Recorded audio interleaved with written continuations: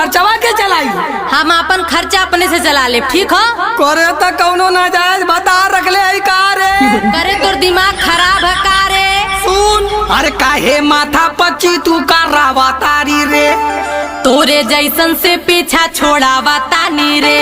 अरे बात मानला जीतन ऐसे करा है रानी। मिलके रहबा तबे करब सेवा अपनी। का मिल के रहले का मतलब का करे पड़ी? सुना हम बतावत हई, आज तू कसम खा कि हम तोहार मरद आज के बाद तो से कब्बो झगड़ा ना करब। तो से कब्बो झगड़ा ना कर। कसम खा कि हम तोहार मरद आज के बाद तोहके कब्बो ना गरियाई। कसम खा कि हमार साया साड़ी कुल कचरबा। नहीं हो सका। हम मरद आई मौगा ना आई। का? हाँ, ले सुन।